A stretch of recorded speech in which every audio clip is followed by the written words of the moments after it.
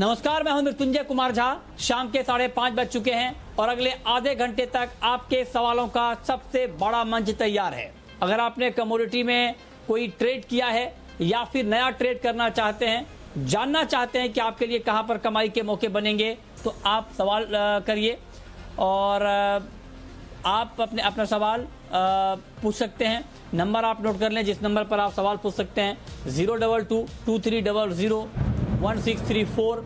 इसके अलावा आप 022-2300-1635 पर भी अपना सवाल पूछ सकते हैं।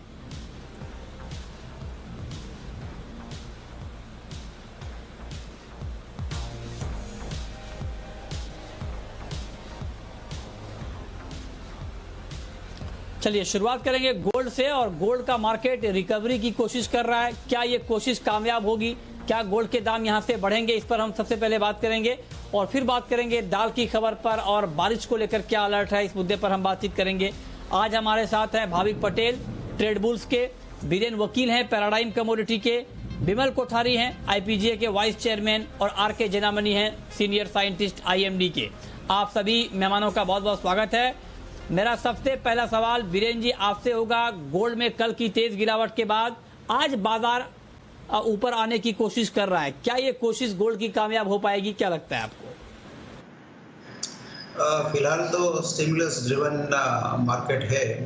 मैं समझता हूँ गोल्ड के साथ स्टिमुलस फ्यूचर्स भी चालू कर लेना चाहिए, क्योंकि एक दिन स्टिमुलस आएगा, दूसरे दिन नहीं आएगा, वापस आएगा। वो हेडलाइन की जो भागदौड़ है उसके हिसाब से ये करीबन 800,000 रुपये की सीमित दायरे में है। मैं समझता हूँ गोल्ड ना तो 50,300 के नीचे जाएगा, ना 51,200-300 के ऊपर जाएगा। ये 2-3 दिन का मेरा व्यू है, क्योंकि इलेक्शन रिलेटेड अब जो कारोबार चल रहा है तो सीरियस मनी थोड़ा साइडलाइन में है अभी।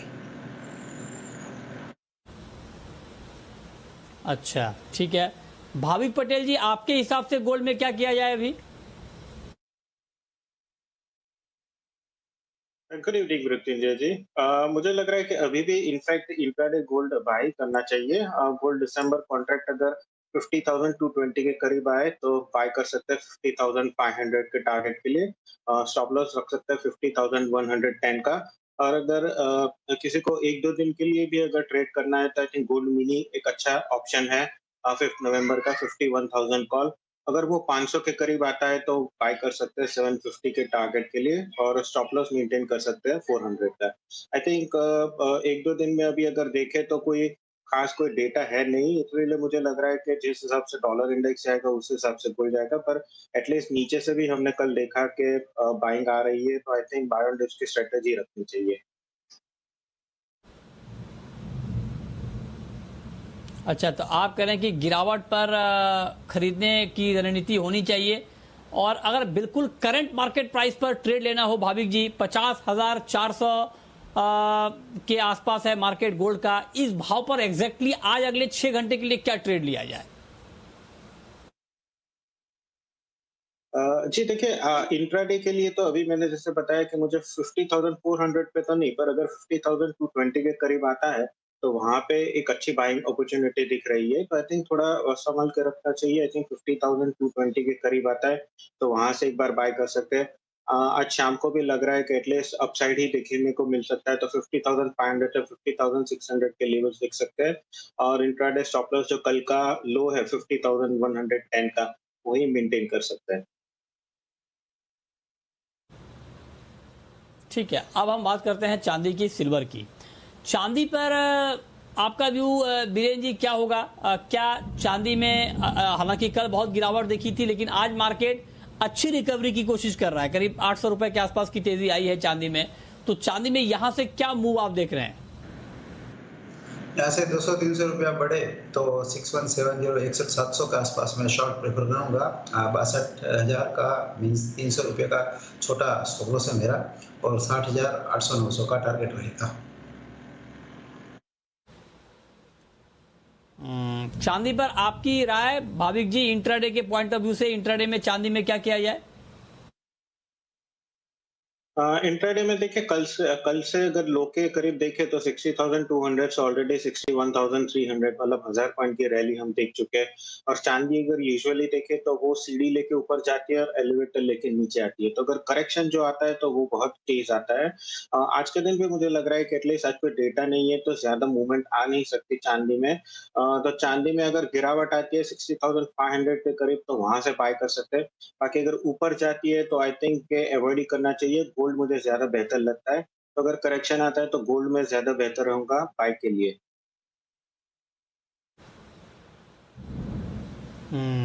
तो ये राय है आपकी सिल्वर में क्या करना चाहिए। ओके, अब हम आगे बढ़ते हैं और अब बात करते हैं खबर की। कल सरकार ने दाल की सप्लाई बढ़ाने के लिए इंपोर्ट का कोटा जारी किया है। इसमें 4 लाख टन तुअर और 1.5 लाख टन उड़द इंपोर्ट करने की मंजूरी दी गई है कारोबारियों को। इससे सप्लाई कितनी ठीक होगी, दाम कितने कंट्रोल में आएंगे, इस पर बातचीत करने के लिए हमारे साथ IPGA Indian pulses and grain association के वाइस चेयरमैन विमल कोठारी जोड़ रहे हैं। कोठारी जी, बहुत स्वागत है आपका। बताएं, ये जो फैसला लिया गया है इंपोर्ट का 5.5 लाख टन कुल इंपोर्ट का सरकार ने अलाउ किया है, कितना इम्पैक्ट आप दाल के मार्केट पर देख रहे हैं? नमस्ते मृत्युंजन जी। सरकार ने कल तुअर का कोटा 4 लाख टन का दिया है और एक हफ्ते पहले उड़द का 1.5 लाख टन का कोटा दिया था। मैं पहले तुअर की बात करता हूँ। ये हम काफी समय से सरकार को कह रहे थे कि ये 4 लाख टन का कोटा है जो दिया जाए, क्योंकि तुअर की बराबर शॉर्टेज पिछले 1.5-2 महीने से बन रही है।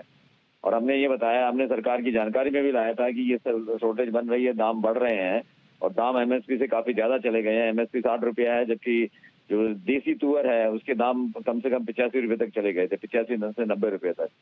तो हमारे काफी रिकमेंडेशन के बाद में सरकार ने कोटा दिया है और ये कोटे में इन्होंने कंडीशन लगाई है कि 30 दिन के अंदर 15 नवंबर के पहले माल भारत में आ जाना चाहिए, हमारे देश में इंपोर्ट हो जाना चाहिए।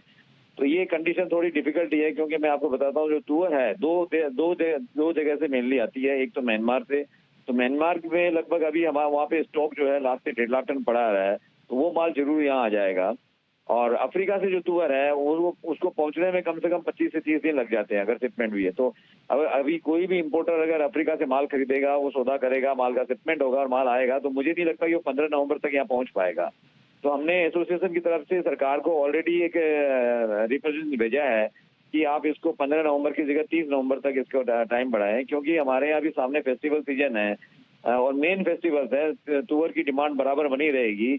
स्टॉक जो है मार्केट में बहुत कम है और नेफेड के पास भी जो स्टॉक है वो पब्लिक डिस्ट्रीब्यूशन सिस्टम में दे रहे हैं, उससे ओपन मार्केट में वो माल आएगा नहीं।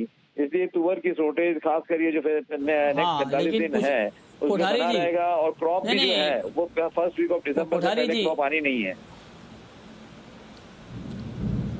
नहीं, आप तो पूरी बात ऐसी कर रहे हैं। बहुत सारे लोग ऐसे हैं जो वो कह रहे हैं कि इस तरह का, जैसे आज हमने एक फॉर्मर एग्रीकल्चर सेक्रेटरी से बात की थी, वो कह रहे थे कि इस तरह का डिसीजन अचानक नहीं लेना चाहिए, इससे फार्मर को नुकसान होने की आशंका होती है। आगे दालों की सप्लाई भी होगी किसानों की तरफ से और किसानों को कम भाव मिलेगा। तो आपको नहीं लगता कि इस फैसले से किसानों का कुछ नुकसान होगा आगे? इसमें किसानों का बिल्कुल भी नुकसान नहीं होगा। हम आपसे बराबर लगातार बात करते आए हैं और करते रहेंगे। ये 60 रुपए की MSP है। मैं नहीं समझता हूँ कि ये कोटा जो आया है इससे कोई कि जो प्राइस है वो 60 रुपए के पास भी पहुंचेंगे।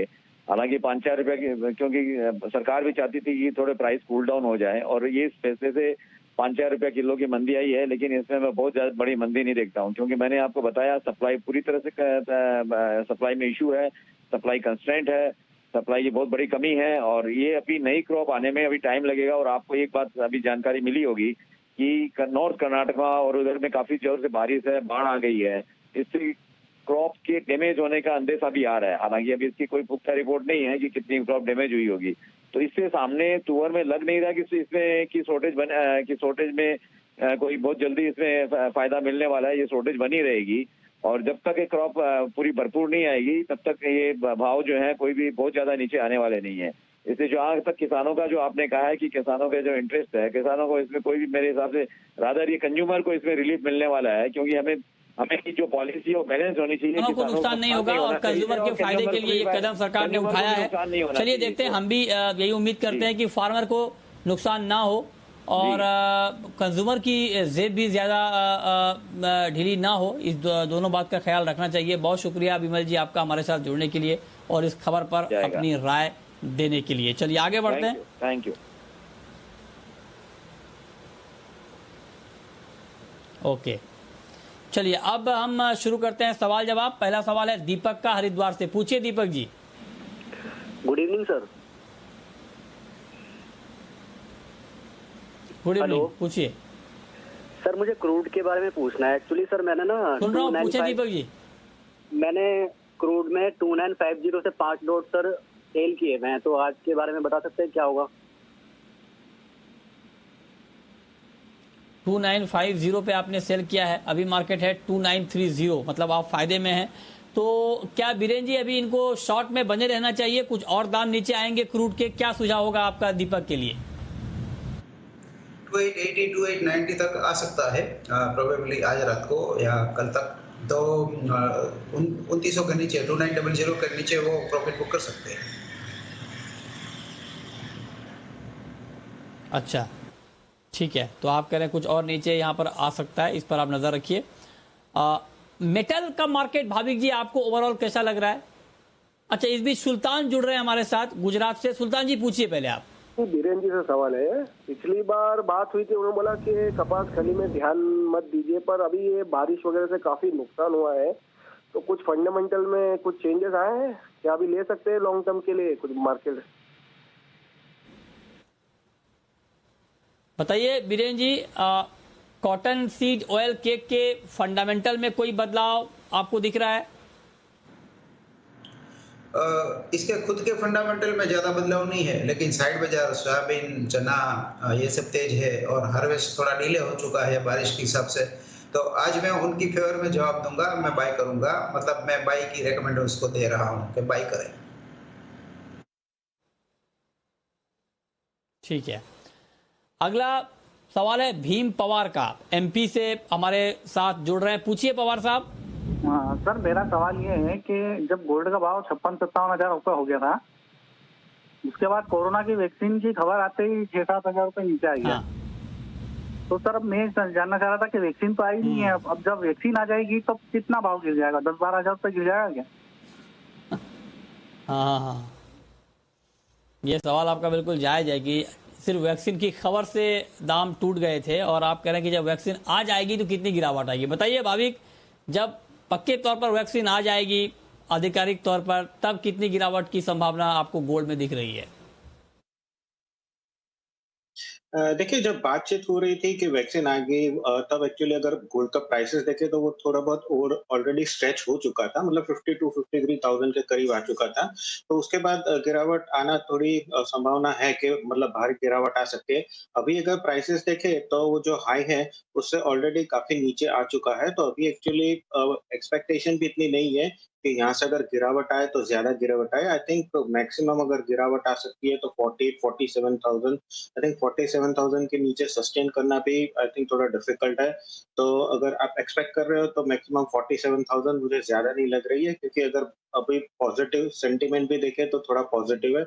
और जब भी वैक्सीन आएगी तो 2-3 महीने पहले ही पता चल जाएगा, तो प्राइसेस भी उस हिसाब से करेक्ट होना शुरू हो जाएंगे। ओके, अगला सवाल है रमेश का, राजस्थान से हैं हमारे साथ। पूछिए रमेश जी। सर जी नमस्कार। मैं गोल्ड में ट्रेड करता हूँ। मैंने 50-550 में 2 लॉट बाई कर रखा है, और अभी भाविक सर ने बोला है भाई 220 में खरीदो 500-600 का, तो मैं अभी तो बेच के 220 का इंतजार करूँ या खड़ा रह के मैं 500-600 का इंतजार करूँ? और 500-600 जाने के बाद में निकल जाना चाहिए या ऊपर के लिए खड़ा रहूं? चलिए, अच्छा सवाल आपने पूछा है। बताइए भाविक जी क्या करें? देखिए, मेरी रिकमेंडेशन थी कि अगर किसी ने गोल्ड में ट्रेड नहीं किया तो 220 की वेट करे, और अगर ऑलरेडी आपने कर चुके हैं तो आई थिंक होल्ड ही करना चाहिए, क्योंकि अभी भी मैं पॉजिटिव ही हूँ। आपको इंट्राडे टारगेट रख सकते हैं 50,700 या 650 का, और स्टॉप लॉस रख सकते हैं 50,220 का। तो आपकी पोजीशन है वो बनाए रखिए। इनफैक्ट 220 के स्टॉप लॉस है, और 50,550 या 50,600 तक आता है तो वहां से एक बार निकल जाइए, क्योंकि आज शाम को भी कोई डेटा है नहीं, तो मुझे लग नहीं रहा कि आज ज्यादा मूवमेंट हम देख सकेंगे। ओके, अगला सवाल है गोपाल का चूरू से। पूछिए गोपाल जी। जी सर नमस्कार। सर जी हाजिर में गुआर पड़ा है 100 बोरी। नमस्कार, वकील पूछिए। जी हाजिर में गुआर पड़ा है 100 बोरी 2-3 साल पहले का। वकील जी से सवाल है, ये 5,000 होगा 2 महीने में या 3500 आएगा? वकील साहब बिकवा दीजिए ग्वार इनका, बताइए कब से ग्वार पड़ा है। बार बार इन्होंने सवाल पूछा है कि 5,000 कब तक जाएगा, जा ही नहीं रहा है। बताइए क्या होगा ग्वार में आगे।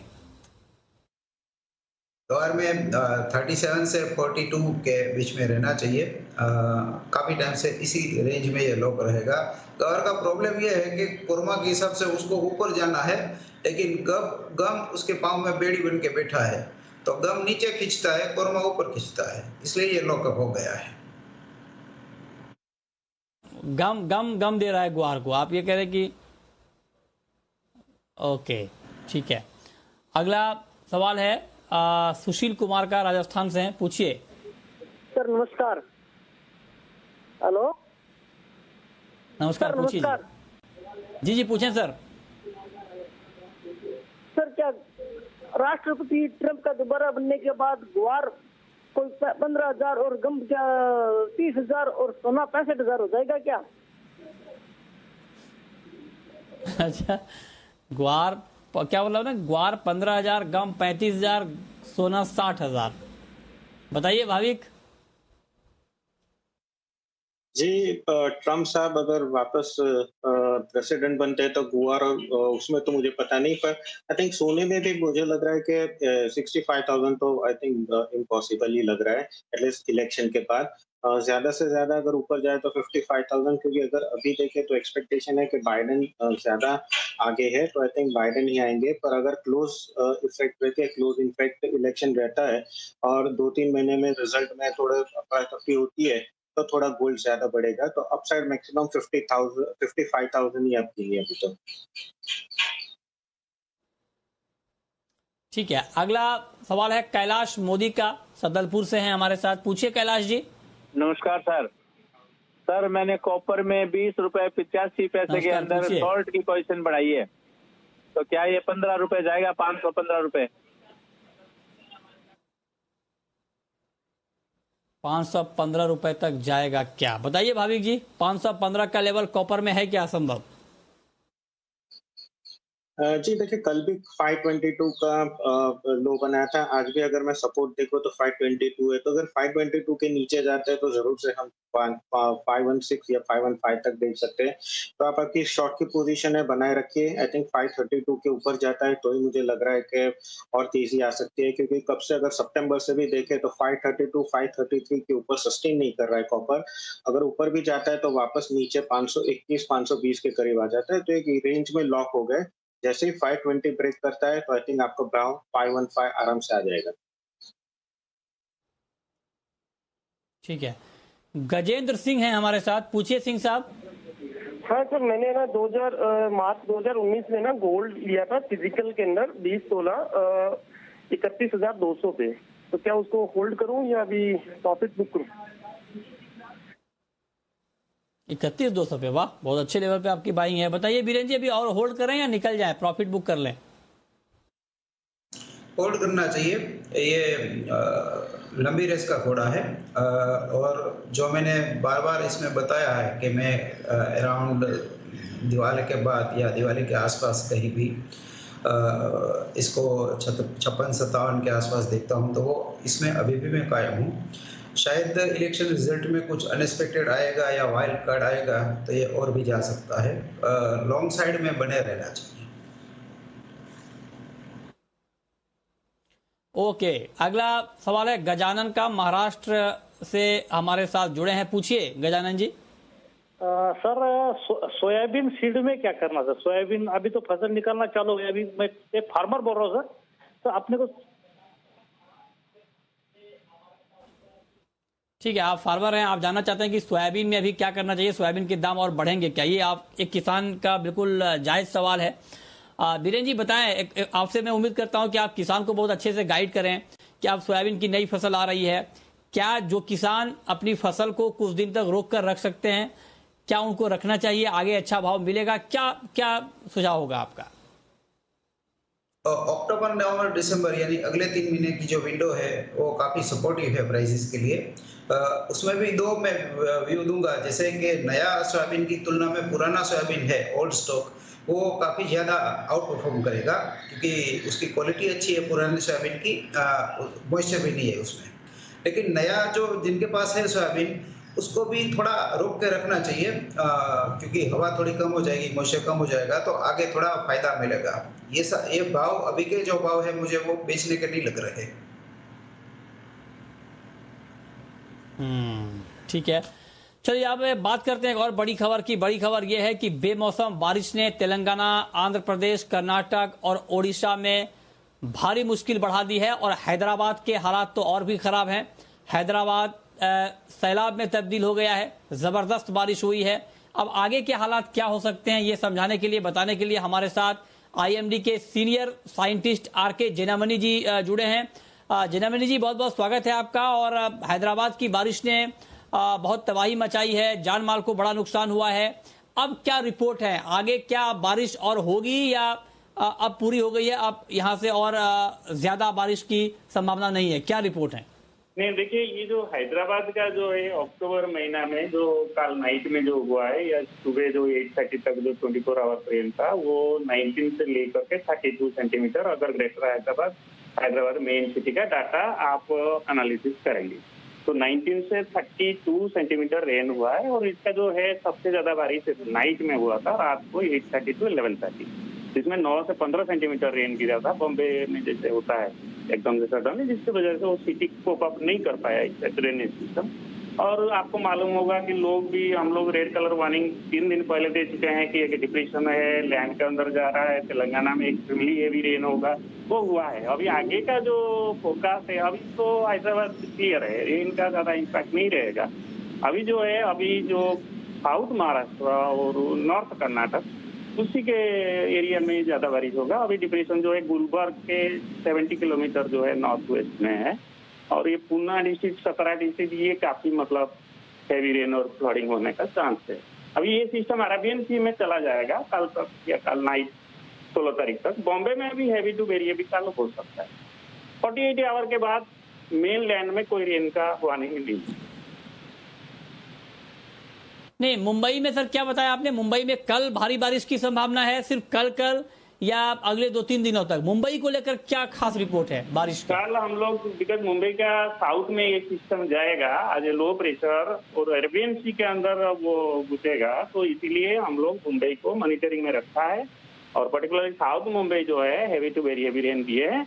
और इसमें टाइड बिकॉज जो विंड है, वो विंड का जो है ये सिस्टम उल्टा आ रहा है, वो पूर्व से आ रहा है। ये अरेबियन सी का सिस्टम नहीं है, ये बे ऑफ बंगाल जो मेन लैंड का सेंट्रल एरिया में पेनिनसुला में होते हुए अरेबियन सी जा रहा है, इसलिए इसके टाइड का ज्यादा इम्पैक्ट नहीं रेन का रहेगा। हैवी टू वेरी हैवी तो वी हैव केप्ट वार्निंग। हमारे साथ जुड़ने के लिए और बारिश पर ये ताजा अपडेट हमें बताने के लिए अब वक्त है रैपिड फायर राउंड का।